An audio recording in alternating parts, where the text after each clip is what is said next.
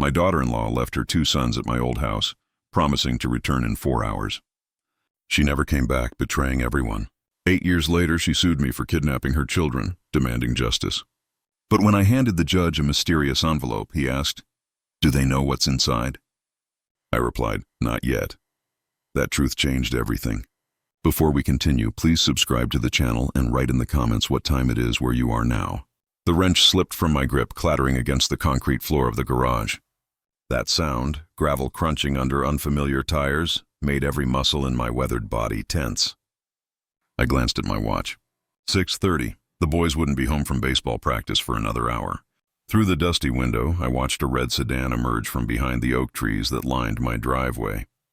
The car moved slowly, deliberately, as if the driver was taking their time to study my property. My farm sat 3 miles from town, isolated enough that unexpected visitors were rare. I straightened up from the old corn cleaner I'd been repairing, my joints protesting after hours bent over the machinery. The sedan pulled to a stop near my front porch, engine ticking as it cooled. Dust settled around the vehicle like a cloud of uncertainty. The driver's door opened and a woman stepped out. My breath caught in my throat. Even from this distance, even after 8 years, I recognized that silhouette. Thinner now, more angular, but unmistakably her. Sarah Miller, or Sarah Hansen, as she'd once been.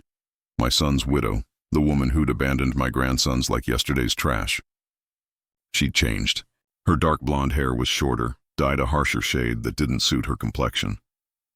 The clothes she wore, a crisp blue blazer and dark slacks, looked expensive, like she was trying to project respectability. But I could see the nervous energy in her movements. The way her fingers drummed against her car keys, dark circles shadowed her eyes, visible even at this distance. She looked older than her 42 years, worn down by whatever life she'd chosen over her children. I stepped out of the garage, still gripping the wrench in my right hand. My work boots crunched against the gravel as I moved toward the house, positioning myself between Sarah and my front door. She hadn't seen me yet. Her attention was focused on the windows, searching for glimpses of the boys she'd left behind. Sarah. My voice carried across the yard, flat and cold. She turned, and for a moment, genuine surprise flickered across her features. Then she composed herself, lifting her chin with a confidence I knew she didn't feel. Her smile was practiced, hollow. "Hello, Glenn."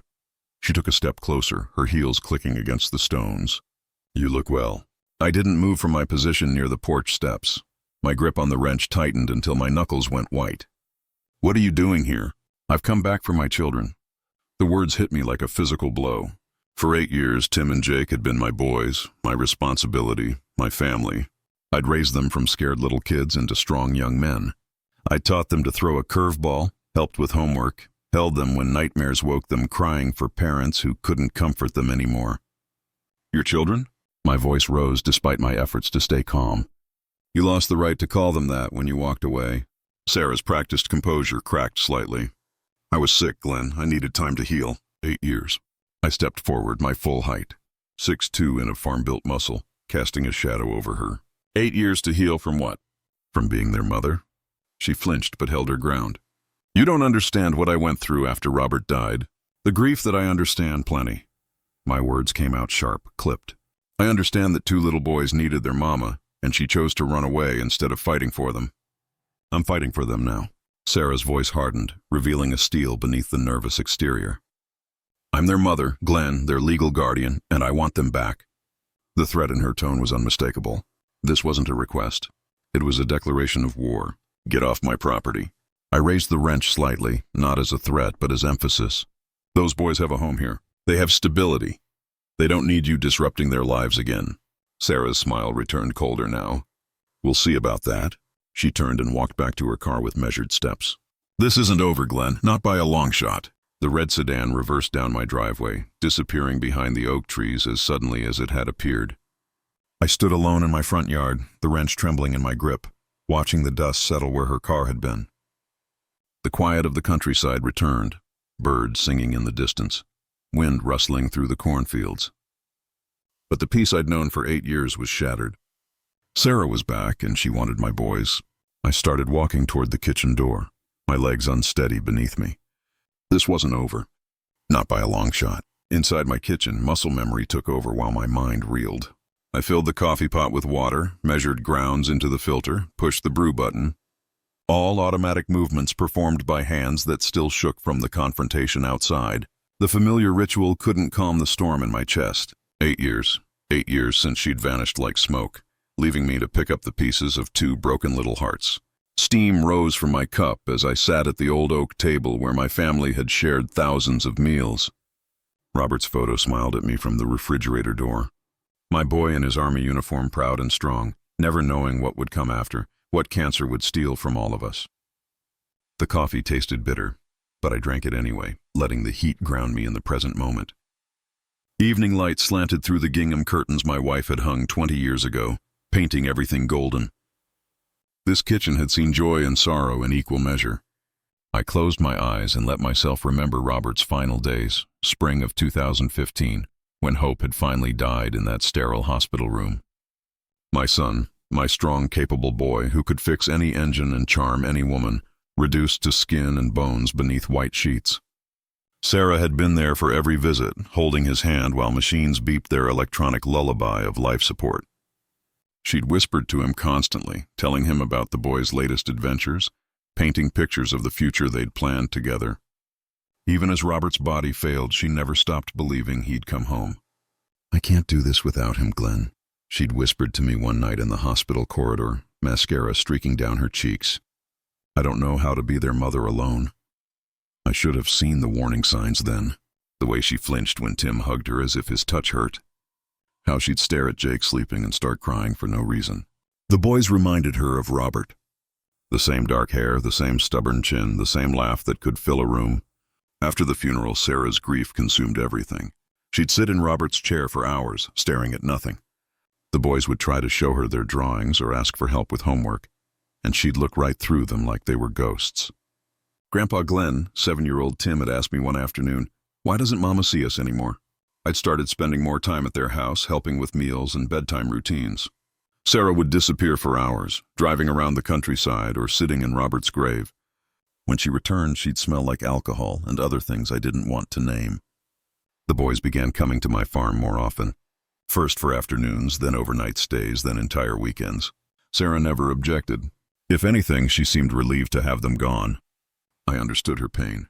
Lord knows I'd felt it too when cancer took my boy, but understanding didn't excuse abandonment. Those children needed their mother, not another grieving statue in their house.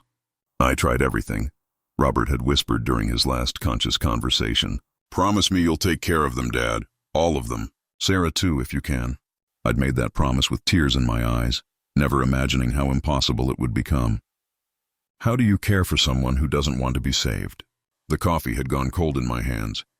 I stared at Robert's photo, seeing his young face full of hope and determination. He'd fought the cancer until his last breath, never giving up, never running from the pain. His wife had made a different choice. I set down the cup and rubbed my eyes. Tomorrow would bring new challenges. Sarah had made that clear. But tonight I needed to remember why I'd fought so hard to give Tim and Jake the stability their mother couldn't provide. The sound of gravel in the driveway made me look up. The boys were home from practice, their voices carrying through the screen door as they argued about batting averages. Normal sounds of a normal evening in a house where children felt safe and loved. I pushed back from the table, leaving Robert's photo, smiling down at the kitchen where his sons would soon sit for dinner. Some promises were worth keeping, no matter the cost. Robert's face in that photograph blurred as my vision clouded with unshed tears. That promise I'd made to him to protect his family, all of them, had been tested in ways I never could have imagined. But one night in particular remained seared into my memory like a brand, the night that changed everything forever. 2 years after Robert's death, when the boys had just started to feel secure in their routines, Sarah made her choice. It was past 2 a.m. when car doors slammed outside my house. I'd been asleep in my recliner, the late news flickering silently on the television. The harsh sound jolted me awake, and I immediately knew something was wrong. Through my front window, I saw Sarah's beat-up Honda weaving slightly as she walked toward my porch. Even in the darkness, her unsteady gait told the whole story. She was drunk again, or worse. I intercepted her before she could reach the front door where my grandson slept. The smell hit me first. Cheap wine mixed with something sharper, chemical. Her clothes were wrinkled like she'd slept in them, and her eyes held a wild, desperate look I'd never seen before. "Sarah, what are you doing here?" I kept my voice low, conscious of the sleeping children upstairs. "I want to see my boys." She tried to push past me, but I blocked her path with my body. "They're my children, Glenn. You can't keep me from them." At 2:00 in the morning, in this condition, I gestured at her disheveled appearance. "They're asleep. They're safe. Let them be." But our voices had already carried upstairs. Small feet padded across the hardwood floor above us. And moments later, Tim appeared at the top of the stairs, his 7-year-old face pale with confusion. Behind him, little Jake rubbed his eyes, clutching his stuffed elephant. "Grandpa, what's happening?" Tim's voice was small, uncertain. Sarah looked up at her sons, her babies, and something cracked in her expression. Not softness, but something harder. A door slamming shut. "Mama!" Jake called down, hope threading through his sleepy voice. Instead of answering, Sarah turned away from them. "I can't," she whispered to me, her words slurring slightly. "Look at them, Glenn. They have his eyes, his smile. Every time I see them, I see what I lost." The boys crept down a few more steps, drawn by the sound of their mother's voice, but staying close to each other. Tim's arm went protectively around his younger brother's shoulders, a gesture that broke my heart, because no 7-year-old should feel responsible for protecting anyone. "Sarah," I tried again, my voice gentler now. "The children need you. They miss you." She laughed, but there was no humor in the sound. "Need me? Look at them, Glenn. Really, look. They're terrified of me. Their own mother. And they're hiding behind you like I'm some kind of monster." I glanced back at the boys and my heart sank. She was right. Jake was crying silently, and Tim's face showed the kind of weariness that comes from too much unpredictability, too many disappointments. "That's not," I started. But Sarah was already moving past me, heading for the door. "I'm leaving," she announced, her voice gaining strength. "Tonight for good this time." "Sarah, wait. Don't do this. The boys will be better off without me." She paused at the door, her hand on the knob. "You'll take care of them. You already are. They love you more than they ever loved me anyway." "That's not true, and you know it." But she was gone, the screen door banging shut behind her. I heard her car start, the engine coughing and sputtering as she backed out of my driveway.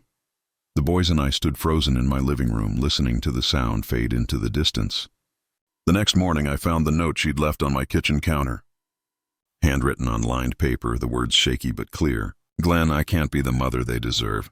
Every day I look at them is another day I fail Robert's memory. Take them, raise them, love them the way I can't anymore. They're yours now, Sarah." I folded that note carefully and put it in my desk drawer. Some instinct telling me I might need it someday. Who knew it would come in handy 8 years later? Sitting in my kitchen now, the taste of cold coffee sharp on my tongue, I understood what had really happened tonight. Sarah's return wasn't about maternal love or second chances.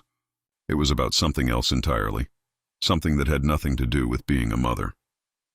I stood up from the table, my joints protesting, and carried my cup to the sink. The photo of Robert watched me from the refrigerator, his young face serious now in the evening light. Tomorrow would bring whatever Sarah had planned, but I was ready. I had the truth on my side, and 8 years of proof that those boys belonged here with me, where they were loved and safe. The sound of Tim's laughter drifted down from upstairs as he helped Jake with homework.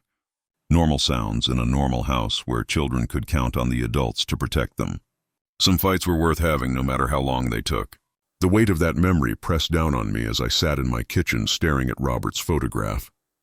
But Sarah's abandonment hadn't been the end of the story. It had been the beginning of my own desperate search for answers. 3 weeks after she disappeared, I drove to the Cedar Falls police station. Officer Davis, a man about my son's age, listened patiently as I explained the situation. His uniform was crisp, professional, but his eyes held genuine sympathy. "Mr. Hanson, I understand your concern," he said, leaning forward across his metal desk. "But without signs of violence or coercion, we can only enter her in the missing persons database." The fluorescent lights buzzed overhead, casting harsh shadows across the institutional green walls. I felt out of place in my work clothes, surrounded by filing cabinets and official documents that couldn't capture the reality of 2 scared boys asking why their mama didn't love them anymore. "She left a note," I offered. "Said she couldn't handle being their mother. That actually supports voluntary departure." Davis's tone remained gentle but firm. "Adults have the right to leave, even if we don't agree with their choices. 2 months later, my frustration with bureaucratic limitations led me to Mike Tauss's office in Waterloo. The private investigator operated from a cramped space above a hardware store. His desk cluttered with case files and coffee-stained reports. "Finding people is what I do," Torres said simply, his weathered face serious. "But I need you to understand. Sometimes what we find isn't what we want to hear." His rate was $150 per day, plus expenses, a significant sum for a retired farmer. But I had savings and the boys needed closure, even if they never knew I was searching. "Weekly reports," Torres promised, shaking my hand. "I'll find her, Mr. Hansen. Question is, what do you want to do when I do?" I hadn't known the answer then. 3 weeks into September, Torres called with results. Sarah was living in Denver under her maiden name, working nights at a dive bar called Murphy's Tavern. She'd rented a studio apartment in a rough neighborhood, made no attempt to contact family or friends back home. "She's alive, healthy as far as I can tell," Torres reported over the phone. "Living paycheck to paycheck, but she chose this life. No sign she's being held against her will or prevented from making contact." The information hit me like cold water. Part of me had hoped she was sick, trapped, unable to return. Instead, she'd simply chosen a new life that didn't include her children. "You want me to approach her? Set up a meeting?" Torres asked. I sat silent in my kitchen, watching Tim help Jake with homework at the same table where we sat now. They'd adapted to life without her, found their rhythm in our little family. They still asked about Mama sometimes, but the tears had stopped months ago. "No," I said finally. "And the investigation, you sure?" I could keep monitoring. If she wanted to come back, she would have come back. The words came out harder than I'd intended. "Send me your final report and close the file." Torres mailed me a manila envelope containing photographs, addresses, employment records. Sarah smiling behind a bar. Sarah walking alone down city streets. Sarah living the life she'd chosen instead of fighting for the one she'd abandoned. I locked that envelope in my desk drawer next to her farewell note. Now, 8 years later, I understood why I'd kept those documents. Information was power, and Sarah had no idea how much I knew about her choices. She thought she could return with lawyers and demands, believing I'd been sitting here helpless all these years. But I'd never been helpless, just patient. The sound of gravel crunching outside pulled me back to the present. Through the window, I could see the school bus approaching, bringing my boys home from another ordinary day in their secure, stable lives. Some searches end with finding what you're looking for. Others end with accepting what you've already found is better than what you lost. The school bus rounded the bend at exactly 3:45, just as it had every weekday for the past 8 years. I stood at the kitchen counter slicing apples, the knife moving in steady practice strokes, while my mind churned with everything I couldn't tell the boys walking up my driveway. Tim's laughter carried through the screen door as he teased Jake about something that had happened during lunch. Normal sounds of normal teenagers coming home to their normal life, a life Sarah wanted to destroy with legal papers and courtroom drama.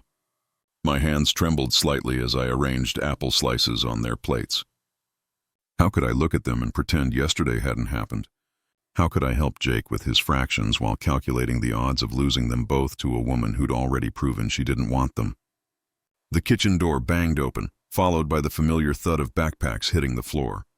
Tim appeared first, his dark hair tousled from baseball practice, followed by Jake with paint stains on his fingers from art class. "Hey, Grandpa," Tim called, already heading for the refrigerator. "Coach says I might make varsity next year if I keep working on my curveball." "That's great, son." The words came automatically while I studied his face, searching for Robert's features but seeing Sarah's stubborn jaw, her expressive eyes. "Grab some milk to go with these apples." Jake bounced up to the counter, his 13-year-old energy filling the kitchen. "Look what I made." He pulled a crumpled drawing from his backpack. Our farmhouse, rendered in bright watercolors, with 3 stick figures standing in the front yard. "Glenn, Tim, Jake, no one else." "That's beautiful, Jake." My voice caught slightly. "We'll put it on the refrigerator with the others." As they settled at the kitchen table with their snacks, I started preparing dinner. Meatloaf and mashed potatoes. Comfort food that had sustained us through homework battles and growth spurts.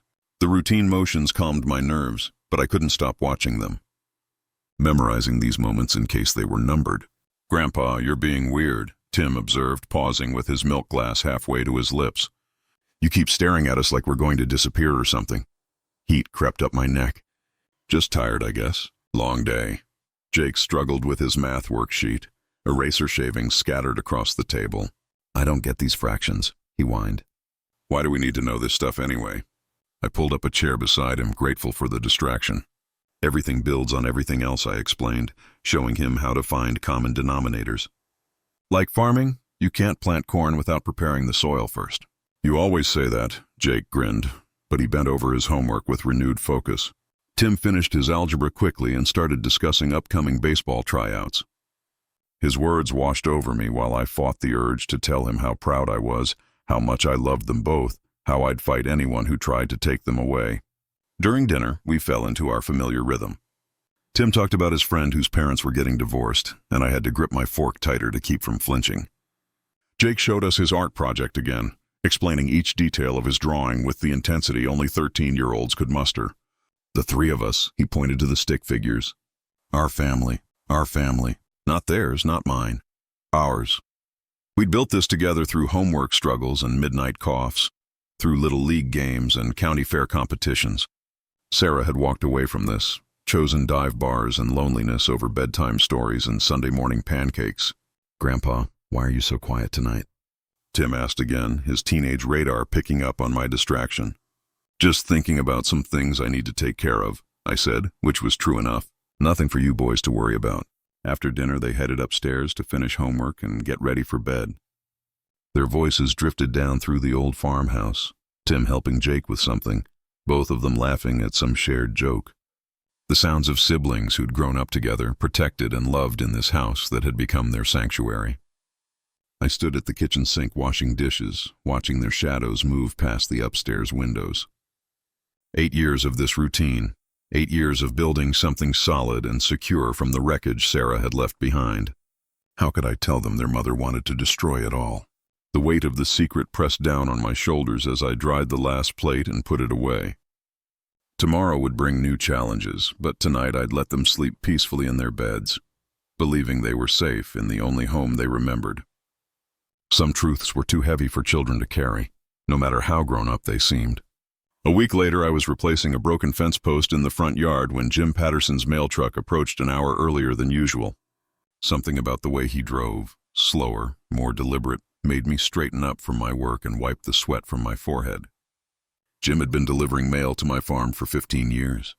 He knew my routine, knew I preferred my letters left in the box rather than brought to the door. But today he parked at the end of my driveway and walked toward me, carrying a manila envelope that required my signature. "Morning, Glenn." His weathered face looked uncomfortable.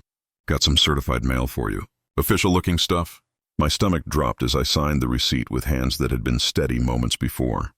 The envelope bore the letterhead of a law firm in Desmo, Garrett Williams and Associates. Nothing good ever came in packages that required signatures. "Thanks, Jim." I forced my voice to remain casual.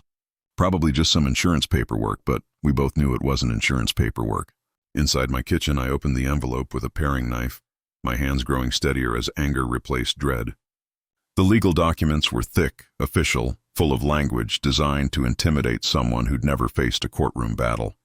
The state of Iowa, Family Court Division, Sarah Miller versus Glenn Hansen, regarding unlawful detention of minors Timothy and Jacob Hansen. Unlawful detention.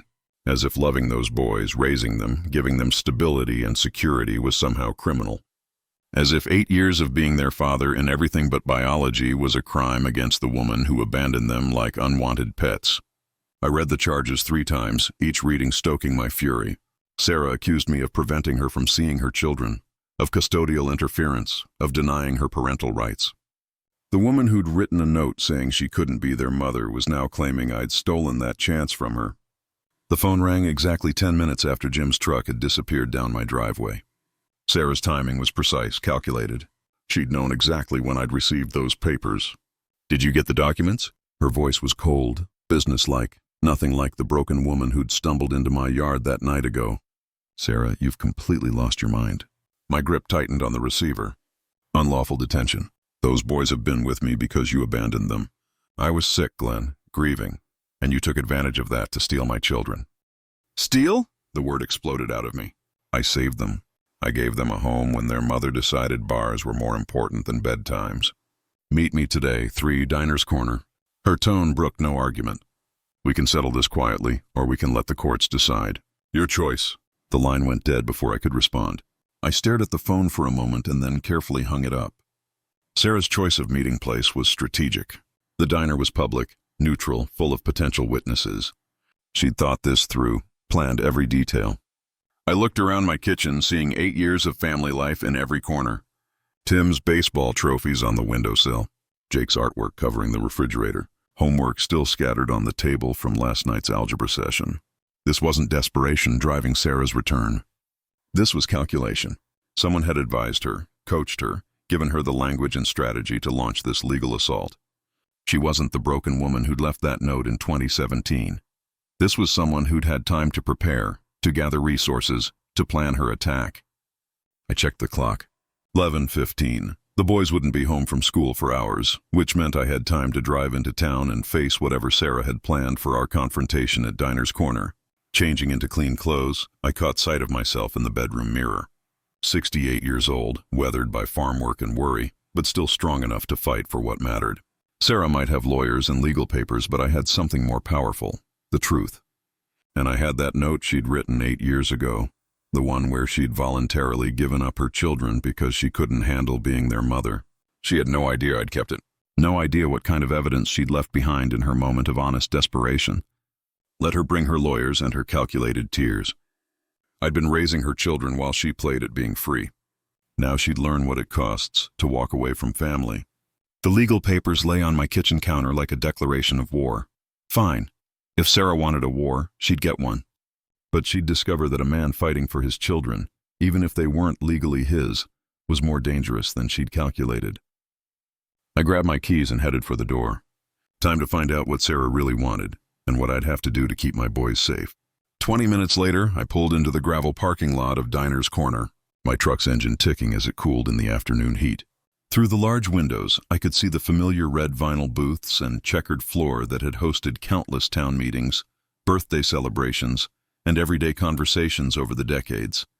I chose a table near the window with clear sight lines to both entrances, old farm instincts that served me well in situations requiring vigilance. Betty Morrison approached with her customary smile, but I caught the worry in her eyes as she poured coffee without being asked. "Rough day, Glenn?" she asked quietly, her weathered hand steady despite the tension radiating from our interaction. "Could be better," I admitted, wrapping my fingers around the warm ceramic mug. "Could be a lot worse, too." Sarah entered exactly at 3, and I barely recognized the woman walking toward my table. Gone was the desperate, broken creature who'd stumbled into my yard. This Sarah wore a black business suit that screamed expensive lawyer consultations, her hair professionally styled, makeup applied with precision. She moved with calculated confidence, surveying the cafe's occupants before sliding into the seat across from me. "You look tired, Glenn," she began, her voice carrying a sweetness that felt like poison. 8 years of raising other people's children must be exhausting.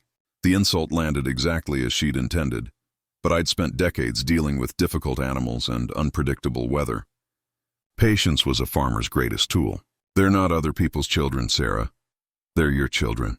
Robert's children, my grandchildren. Biologically speaking, yes." She stirred sugar into her coffee with deliberate motions. "But legally, that's about to change." Betty refilled our cups, her movements sharp with disapproval. Everyone in town knew our history, knew how Sarah had vanished, while I'd stepped up to raise Tim and Jake. In a community this size, secrets didn't exist, only varying degrees of polite silence. "Let me cut through the pretense," Sarah continued, leaning forward with predatory intensity. "I want $500,000, Glenn, cash. Transfer it to an account I'll specify." And I disappear again, permanently this time.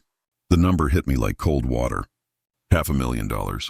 More money than most farmers saw in a lifetime, even successful ones. And if I refuse, then I take the boys.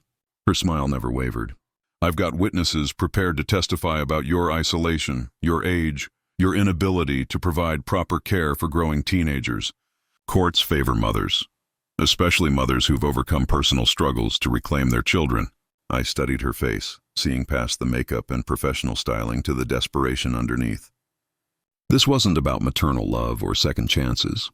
This was about financial survival. Someone or something had her backed into a corner, and she decided to use my grandsons as leverage to escape. "Where were you when Tim broke his leg sliding into home plate?" I asked quietly. "When Jake had pneumonia that kept him in the hospital for a week, when they asked why their mama didn't love them anymore." "I was sick," she replied without emotion, grieving, processing trauma. "The court will understand that I needed time to heal before I could be the mother they deserved. 8 years of healing, however long it took." Sarah checked her watch, another calculated gesture. "You have 48 hours to decide, Glennon. Money or children, those are your options." She stood and placed a $20 bill on the table, enough to cover both our coffees with a generous tip. Even her payment was strategic, demonstrating financial capability to anyone watching. "Sarah," I called as she reached the door. "What happened to you? Where did the woman who loved Robert go?" For just a moment her mask slipped. Something raw and broken flickered across her features before the professional composure returned. "She died with him," Sarah said simply. "What's left is what you see." The door chimed as she left, her heels clicking against the sidewalk as she walked to her red sedan. I remained at the table, watching her drive away while Betty hovered nearby with maternal concern. "Glenn, honey, are you all right?" "I will be," I said, standing and leaving my own payment. "One way or another, I will be." The drive home gave me time to process what I'd learned. This wasn't about custody or children's welfare. It was extortion dressed up in legal language. Sarah had calculated that my love for the boys would override my common sense, that I'd pay any price to avoid a court battle. She'd miscalculated in one crucial area. She assumed I'd been passive these past 8 years, simply accepting her abandonment without documentation or preparation. But farmers learned to plan for bad weather, failed crops, and unexpected disasters. I had something Sarah didn't know about, something that could change everything. That evening, I found Tim and Jake sprawled across our living room sofa, arguing over television channels with the casual intensity only siblings could manage. The late sun streamed through windows that framed the life we'd built together. Tim's baseball trophies on the mantel, Jake's artwork covering one wall, family photos documenting 8 years of birthdays, holidays, and ordinary moments that had become precious beyond measure. I reached for the remote and clicked off the television. Both boys looked up with the startled attention children give when routine suddenly shifts. "We need to talk," I said, settling on the coffee table facing them. "Both of you, it's important." Tim straightened immediately, his 15-year-old instincts recognizing serious adult business. Jake's expression shifted from curiosity to concern as he registered the gravity in my voice. "Boys, I need to tell you something I should have mentioned earlier." I took a deep breath, knowing these words would change their sense of security forever. "Your mother has come back. She wants to take you away from here." The silence that followed felt heavy as summer air before a thunderstorm. Tim's face hardened with understanding, while Jake's eyes widened with a mixture of confusion and possibility. "Mom's back," Jake whispered. "She wants to see us. She wants more than that," I explained carefully. "She's filed papers with the court claiming I've kept you from her illegally. She wants custody, wants you to come live with her." Tim's reaction was immediate and fierce. "Like heck she does," he said, his voice carrying an anger I'd rarely heard from him. "She walked out on us, Grandpa. She chose to leave." "I know, son. I know exactly what happened." I pulled out my phone and showed them a recent photo I'd taken of Sarah in the calf earlier. "This is her now. Do you remember her?" Jake studied the picture with the intensity of someone trying to match a face to fragmented memories. "Maybe. Sort of." His voice held uncertainty mixed with longing. "She looks different than I remember." "You were only 5 when she left," I reminded him gently. "Tim, you remember more?" "I remember her crying all the time," Tim said flatly. "I remember her leaving us with you more and more often. I remember the night she packed her bags and drove away without saying goodbye." We moved to the kitchen table for this conversation, the same table where we'd shared thousands of meals, completed homework assignments, and talked through problems both large and small. The familiar setting provided stability for what was about to be a difficult discussion. "She can't just come back and take us," Jake said, his voice gaining strength. "This is our home. You're our family." "The law sees things differently," I explained. "Mothers have certain rights, even when they've been absent. But I want you both to know something. I will fight for you. I'll fight with everything I have to keep you here where you belong." Tim leaned forward, his young face serious beyond his years. "What kind of fight?" "Like court and lawyers and stuff?" "Exactly like that. And it might get messy. She might say things about me." about our life here that aren't true. Are you prepared for that? Let her try, Tim said with fierce loyalty. Everyone knows how much you've done for us. Everyone knows she's the one who ran away. Jake's response was quieter but equally determined. Grandpa, can I ask you something? If she wants to see us, could we maybe meet her? Just once, but still live here with you? The question broke my heart with its innocence. Jake's natural curiosity about his missing mother warred with his deep attachment to the only stable home he remembered. We might not have a choice about meeting her, I said honestly. If this goes to court, you might have to see her there. But where you live, who takes care of you? That's what we're fighting for. I'm not going anywhere, Tim declared with finality. I don't care what some judge says. This is my home. You're my family. She gave up the right to make decisions about my life when she abandoned us. Jake nodded slowly, his decision forming. I want to stay too. Even if I see her, even if she's nice, I want to live here with you and Tim. We're a family. The relief that washed over me was so powerful, I had to grip the edge of the table to steady myself. For 8 years, I'd worried that one day they might choose their biological mother over the grandfather who'd raised them. Their clear, immediate loyalty felt like the greatest gift I'd ever received. Then we'll fight together, I promised them, all three of us. Whatever it takes to keep our family together. Tim reached across the table and squeezed my hand. We've got your back, Grandpa, just like you've always had ours. As they headed upstairs for their evening routines, calling good nights and making plans for tomorrow's baseball practice, I sat alone at our kitchen table, feeling something I hadn't experienced since this whole ordeal began. Hope. Sarah had made one critical miscalculation in her strategy. She'd assumed that children who barely remembered her would be eager to return to a mother they'd idealized in her absence. Instead, she'd be fighting for custody of 2 young men who'd already chosen their side. The next morning, I dropped Tim and Jake at school with reassurances that everything would work out fine. Then drove downtown to the professional building that housed Emily Carter's law office. Her secretary, the efficient woman named Margaret, led me through a corridor, lined with diplomas and legal certificates, into an office that radiated competence and experience. Emily Carter looked exactly like what I'd hoped for.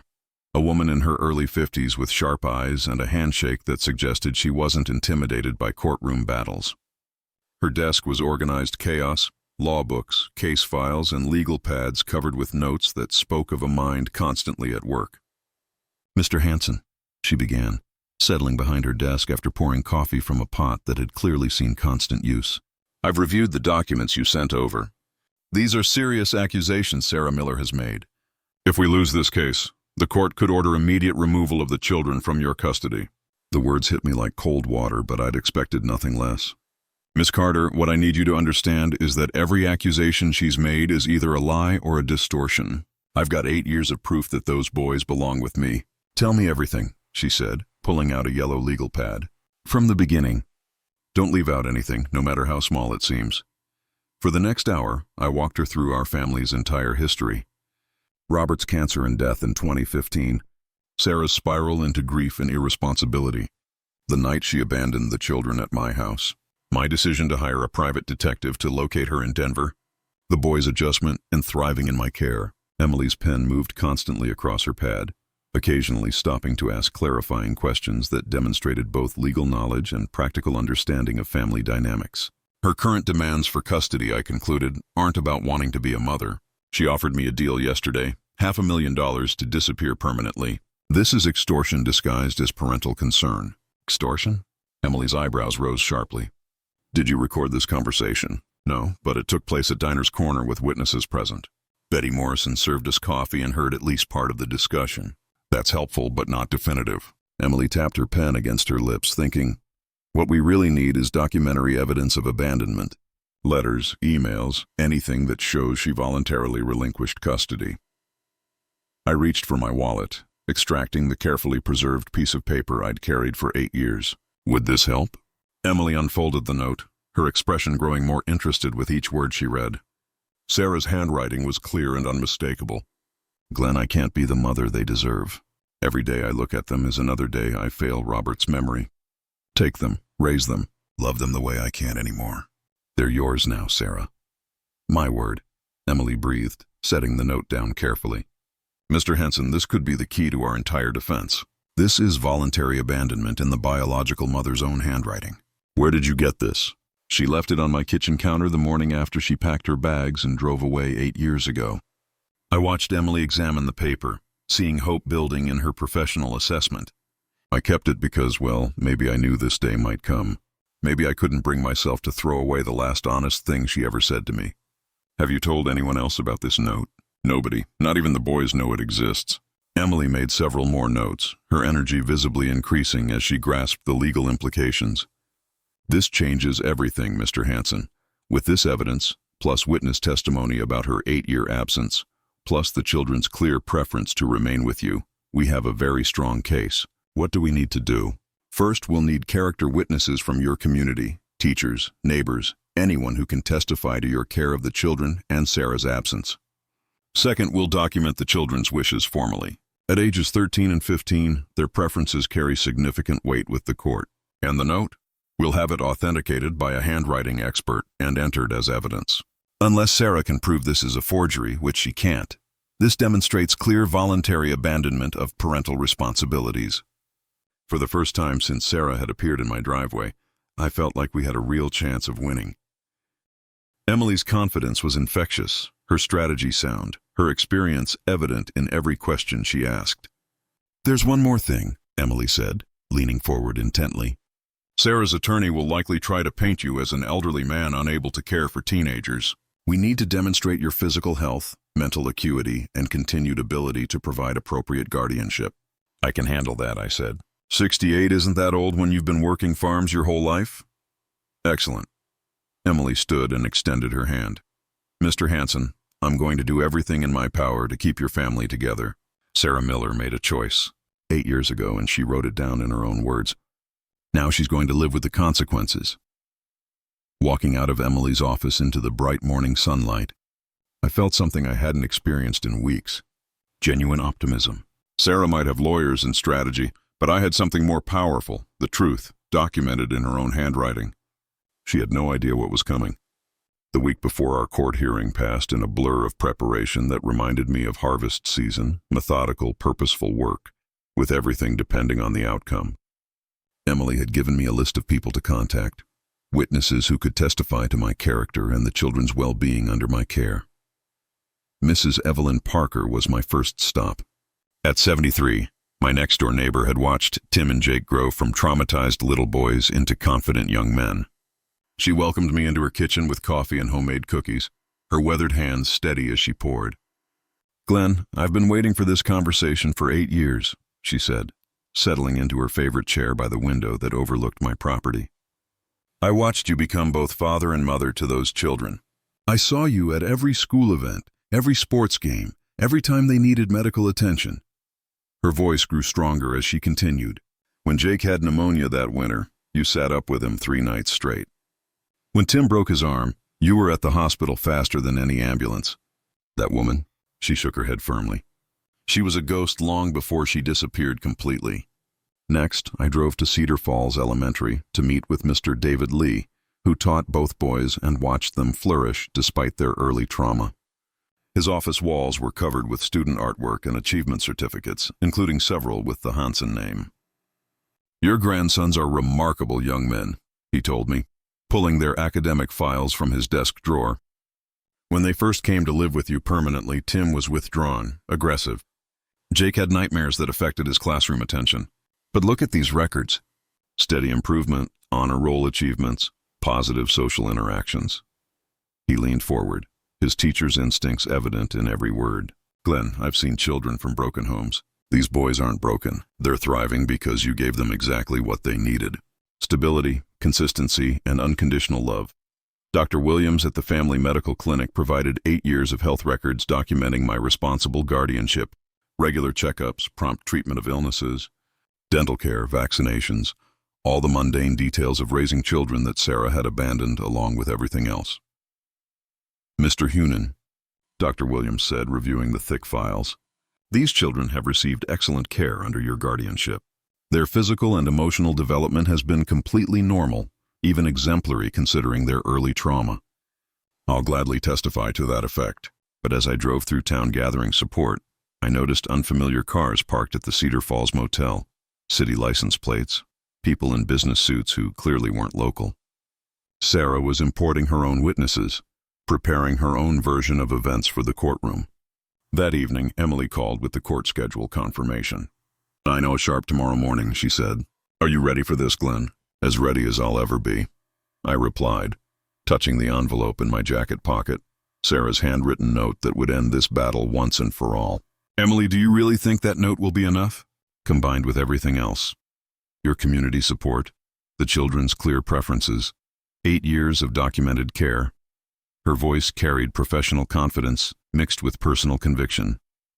"Glenn, truth has power.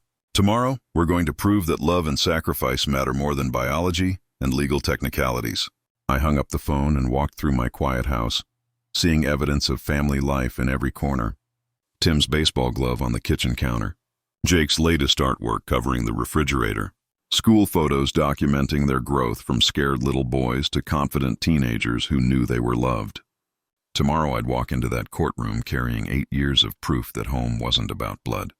It was about showing up every day, no matter how hard things got. Sarah had chosen to run. I had chosen to stay. Now we'd let the judge decide which choice had served the children better. The familiar weight of Robert's photo smiled at me from the mantel as I turned off the lights. I'd kept my promise to him. Whatever happened tomorrow, I'd fought for his boys with everything I had. The Cedar Falls County Courthouse stood like a monument to justice on Main Street, its limestone facade weathered by decades of Iowa storms, but still projecting authority. Emily and I arrived 15 minutes early, climbing the steps past protesters, not many, but enough local supporters that I felt the community's strength behind me. Inside the courtroom, wooden benches filled quickly with familiar faces.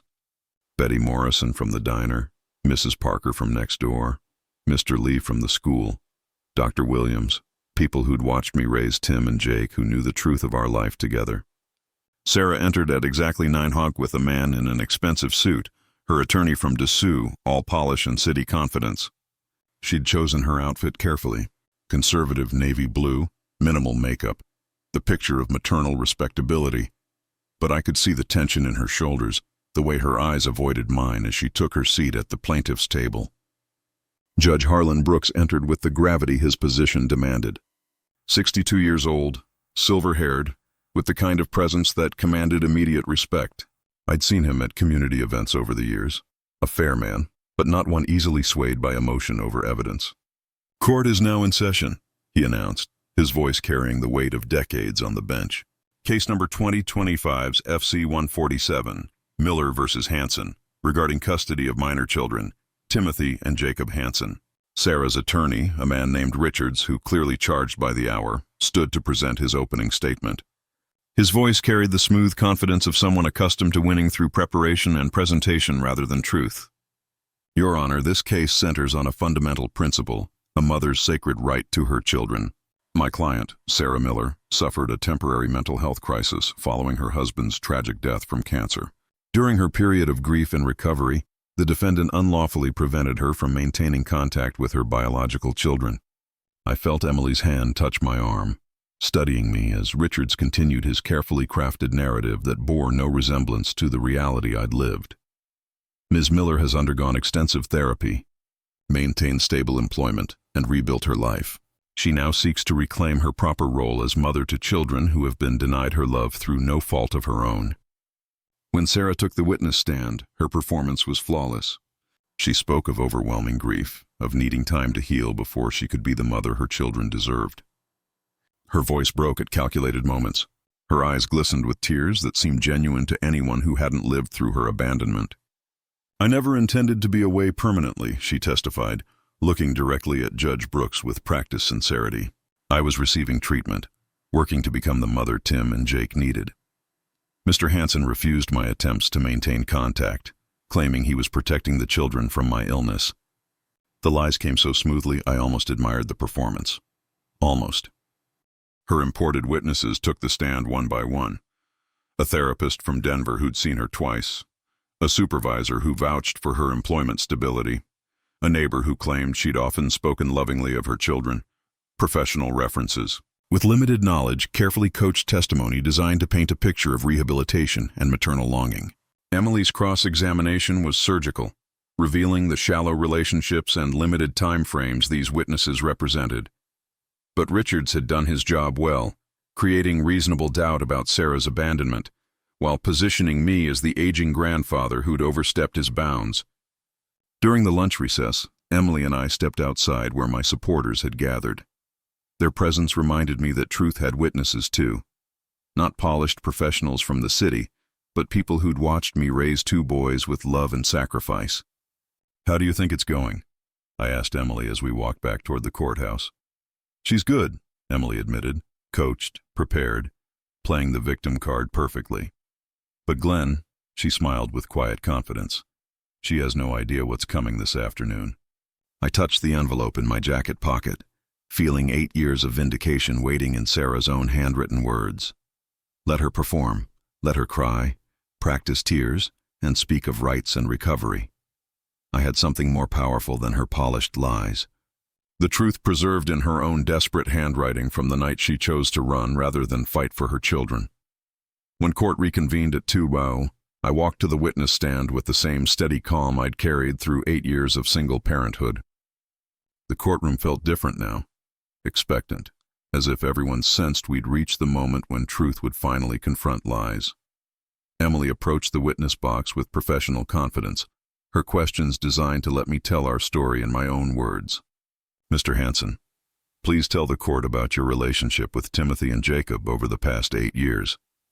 I looked out at the packed courtroom, seeing faces that had watched me become a father for the second time in my life. Your Honor, those boys have been my sons in every way that matters. I've attended every parent-teacher conference, every baseball game, every school play. I've sat up nights when they were sick, helped with homework, taught them to drive. I didn't choose this responsibility. It chose me when their mother walked away." Sarah's attorney objected to my characterization, but Judge Brooks allowed me to continue. "When Tim broke his leg, sliding into home plate, I was the one who carried him to the emergency room. When Jake had nightmares about why his mama didn't love him anymore, I was the one who held him until he could sleep. For 8 years, I've been the parent who showed up." Emily nodded, moving closer to the critical moment. "Mr. Hansen, you've heard testimony that you prevented Miss Miller from maintaining contact with her children. Is that true?" "No, ma'am, it is not." I reached into my jacket pocket, feeling the envelope that had waited 8 years for this moment.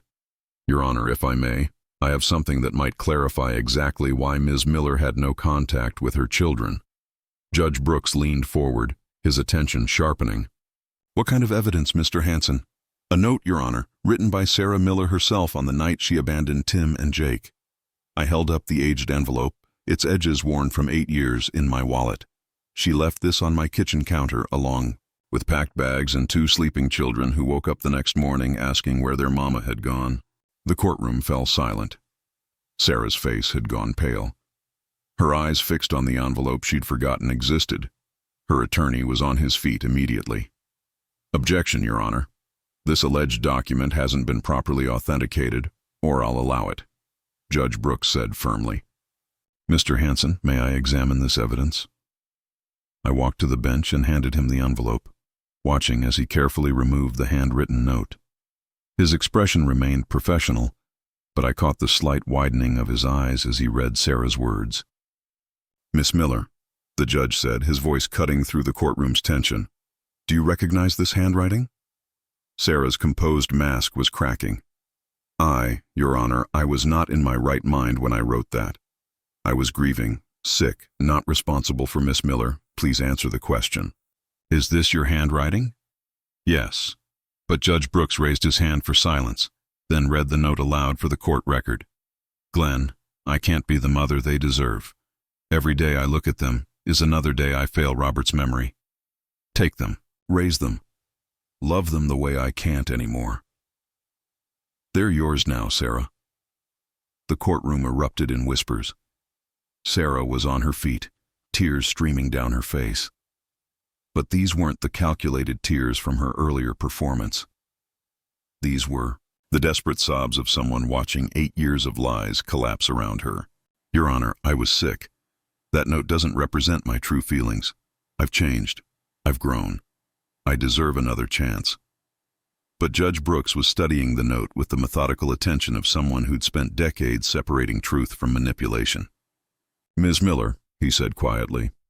This note, in your own handwriting, constitutes voluntary abandonment of parental rights. You didn't temporarily step away for treatment. You permanently relinquished custody to Mr. Hansen. The fact that you now regret that decision doesn't invalidate its legal implications. Sarah's attorney made desperate arguments about mental competency and temporary incapacity, but the damage was done. The note was authentic. The abandonment voluntary, and the 8-year silence that followed spoke louder than any coach testimony about rehabilitation. When Judge Brooks delivered his ruling 20 minutes later, his words carried the weight of legal precedent and moral clarity. The court finds that Ms. Miller voluntarily abandoned her parental rights through written declaration and 8 years of complete absence from her children's lives. Mr. Hansen will retain full custody of Timothy and Jacob Hansen, with no visitation rights granted to the biological mother. As the courtroom cleared, I remained seated for a moment, watching Sarah leave with her defeated attorney. Part of me felt sorry for her, the broken woman who'd never recovered from losing the love of her life. But a larger part felt the deep satisfaction of justice served. Emily gathered her papers, professional pride evident in her efficient movements. Glenn, that note was the key to everything. Why did you keep it all these years? I thought about her question as we walked toward the courthouse steps where my community waited. Maybe I knew this day would come. Maybe I just couldn't throw away the last honest thing she ever said to me. Outside, Tim and Jake were waiting with Mrs. Parker and the other supporters. They'd been excused from school to hear the verdict, and their faces showed the relief of children who finally knew they were safe. "Grandpa," Tim said, his 15-year-old voice steady with maturity beyond his years. "Is it over?" "It's over," I confirmed, putting my arms around both boys. "We're going home. We're staying together. We're family." As we walked down the courthouse steps toward our truck, Jake looked up at me with the kind of trust that 8 years of love had built. "Grandpa, did our mom really not want us?" It was the question I dreaded, but the answer came easily because it was true. Your mom was hurting, Jake. Sometimes when people hurt that badly, they can't see past their pain to love what's right in front of them. But that was her choice, not your fault. Never your fault. The drive home took us past fields where corn was starting to show green shoots. New life emerging from good soil, tended by hands that understood the patience required for growth. Just like raising children, I thought. Just like building a family from love and commitment, rather than biology and obligation. Some battles are worth fighting. Some promises are worth keeping. Some families are worth everything. If you like this story, please like this video, subscribe to the channel, and share your impressions of this story in the comments. To listen to the next story, click on the box on the left. Thank you for watching.